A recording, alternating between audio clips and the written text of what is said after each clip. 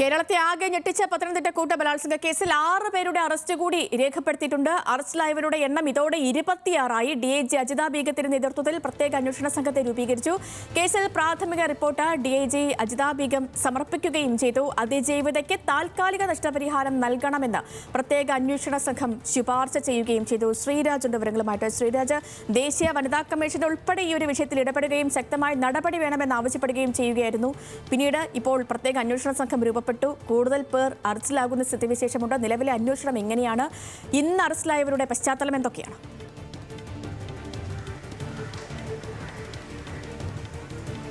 തീർച്ചയായും സേതു, നിലവിൽ ഇന്ന് 6 പേരെ കൂടി പോലീസ് അറസ്റ്റ് ചെയ്തിട്ടുണ്ട്.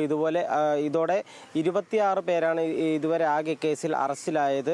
നിലവിൽ രാവിലെ മുതൽ 13 പേരായിരുന്നു പോലീസിന്റെ കസ്റ്റഡിയിൽ ഉണ്ടായിരുന്നത്. 13 പേരിൽ 6 പേരുടെ അറസ്റ്റ് രേഖപ്പെടുത്തി. ഇനി 7 പേരുടെ കൂടി അറസ്റ്റ് രേഖപ്പെടുത്താനുണ്ട്. അത് ഇന്ന് തന്നെ ആ 7 പേരുടെയും കൂടി അറസ്റ്റ് രേഖപ്പെടുത്തുമെന്നാണ് നമുക്ക് മനസ്സിലാക്കാൻ സാധിക്കുന്നത്. ഇതോടെ 30 പേർ പിന്നിടാനാണ്.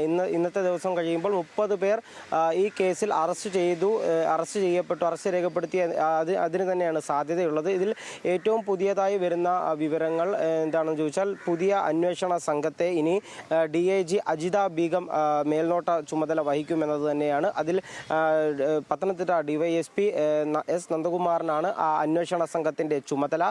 മറ്റു പ്രധാനപ്പെട്ട കാര്യം, കേസിൽ സ്പെഷ്യൽ ഇൻവെസ്റ്റിഗേഷൻ ടീമിൽ പ്രത്യേക അന്വേഷണ സംഘത്തിൽ കൂടുതൽ വനിതാ ഉദ്യോഗസ്ഥരെ കൂടി, വനിതാ SIമാരെ കൂടി നിയോഗിച്ചിട്ടുണ്ട്. അത് ഈ പെൺകുട്ടിയുടെ സുരക്ഷിതത്വം, അതുപോലെ തന്നെ പെൺകുട്ടിയുടെ മൊഴിയെടുക്കുന്നതിന് വേണ്ടിയിട്ടുള്ള, അതുപോലെ തന്നെ പെൺകുട്ടിക്ക് എന്തെങ്കിലുമൊക്കെ വിശദാംശങ്ങൾ അറിയിക്കാനുണ്ടെങ്കിൽ രഹസ്യ വിവരങ്ങൾ തുടങ്ങിയ കാര്യങ്ങളെല്ലാം കണക്കിലെടുത്തുകൊണ്ട് തന്നെയാണ് ഈ കൂടുതൽ വനിതാ ഉദ്യോഗസ്ഥരെ, വനിതാ SIമാരെയും ഈ സംഘത്തിലേക്ക് നിയോഗിച്ചിട്ടുള്ളത്. അതുപോലെ തന്നെ കുട്ടിയുടെ സുരക്ഷിതത്വം കണക്കിലെടുത്ത് ലെയ്സൺ ഓഫീസറായി ഒരു വനിതാ SIയെ കൂടി നിയോഗിച്ചിട്ടുണ്ട്.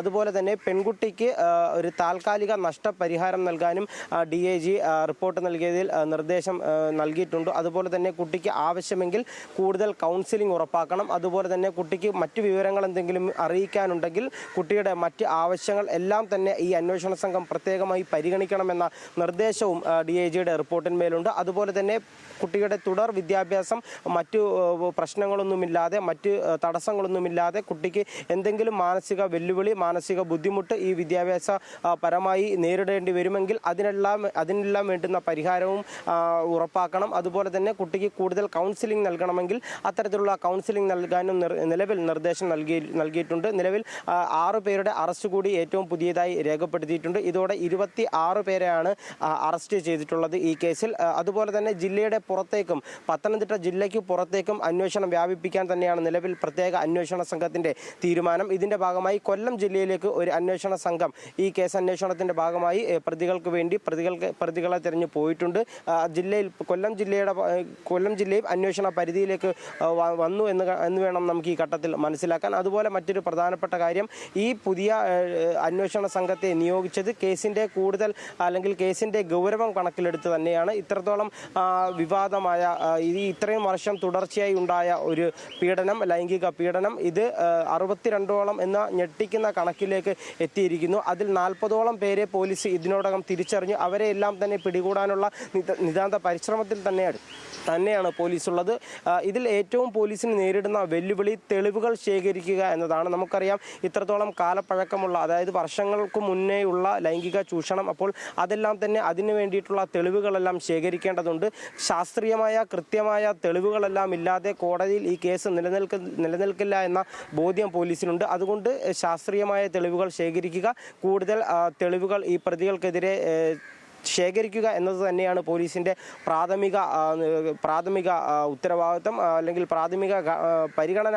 അത്തരത്തിൽ ഒരു കേസ് നിലനിൽക്കുക എന്നുള്ള ഉദ്ദേശത്തോടു കൂടിയുള്ള തെളിവുകൾ ശേഖരിക്കുക എന്നത് തന്നെയാണ്. അത്രത്തോളം ഗൗരവം കണക്കിലെടുത്ത്, അത്രത്തോളം മുൻകരുതലുകൾ, കൂടുതൽ സുരക്ഷ ഉറപ്പാക്കി, കൂടുതൽ കരുതലോടെ തന്നെയാണ് പോലീസ് ഈ ഘട്ടത്തിൽ നീങ്ങുന്നത്. അതിന്റെ ഭാഗമായി തന്നെയാണ് പുതിയ അന്വേഷണ സംഘത്തെ രൂപീകരിക്കുകയും 25 അംഗ അന്വേഷണ സംഘത്തെ മേൽനോട്ടം വഹിക്കുന്നതിന് വേണ്ടിയിട്ട് DIG അജിത ബീഗം ചുമതലപ്പെടുകയും ചെയ്തത്. അതുപോലെ തന്നെ പത്തനംതിട്ട സ്റ്റേഷനിലേക്ക് മുതിർന്ന ഉദ്യോഗസ്ഥർ അല്പസമയത്തിനകം എത്തുമെന്ന് തന്നെയാണ് നമുക്ക് ഈ ഘട്ടത്തിൽ മനസ്സിലാക്കാൻ സാധിക്കുന്നത്. ഇതോടെ അന്വേഷണം കൂടുതൽ സമഗ്രമാവും, കൂടുതൽ വേഗത്തിലാക്കാനും നിലവിൽ അന്വേഷണം വളരെ വേഗത്തിൽ തന്നെയാണ്. വളരെ വേഗം 20-ന് മുകളിൽ 26ഓളം പ്രതികളെ അറസ്റ്റ് ചെയ്യാൻ പോലീസിന് സാധിച്ചിട്ടുണ്ട്. കൂടുതൽ വേഗത്തിലേക്ക് ഈ അന്വേഷണം എത്തും എന്ന് തന്നെയാണ് നമുക്ക് ഈ ഘട്ടത്തിൽ മനസ്സിലാക്കുന്നത്. പുതിയ അന്വേഷണ സംഘം വന്നതോടുകൂടി പുതിയ മേൽനോട്ടം വരുന്നു.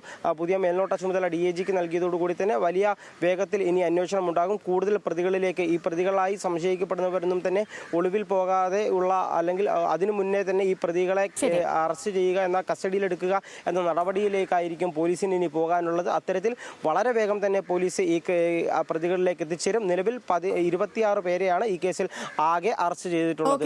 ശ്രീരാജ്, കേരളത്തെ ഞെട്ടിച്ച പത്തനംതിട്ട കൂട്ടബലാത്സംഗ കേസിൽ കൂടുതൽ പേരുടെ അറസ്റ്റ് രേഖപ്പെടുത്തിയിരിക്കുന്നു. ഒപ്പം തന്നെ DIG അജിത ബീഗത്തിന്റെ നേതൃത്വത്തിൽ പ്രത്യേക അന്വേഷണ സംഘത്തെയും രൂപീകരിച്ചു. കേസ് അന്വേഷണം ജില്ലയ്ക്ക് പുറത്തേക്ക് വ്യാപിപ്പിക്കാനും അന്വേഷണ സംഘത്തിന്റെ തീരുമാനം വരികയാണ്.